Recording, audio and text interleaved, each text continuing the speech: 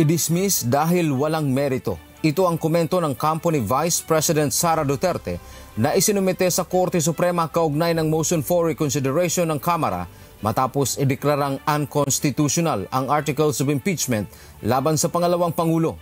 Ayon sa bise, hindi kailangan ng factual correction o pagtutuwid sa desisyon ng Korte. Ito ay nakasandal sa pundasyon ng katotohanan.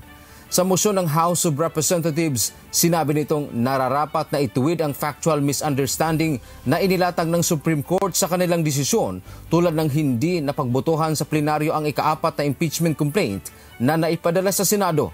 Dagdag pa ng kampo ni VP Sara, ang mga claim o pangangatwira ng Kamara ay pawang paglilihis lamang sa pinakadahilan ng desisyon. Nais lang din isantabi ang totoong isyu sa kaso na nagkaroon ng matinding pag-abuso sa pagpapasya at tahasang pag-iwas sa limitasyong itinakda ng saligang batas ang Kamara sa kapangyarihan nitong mag-impeach.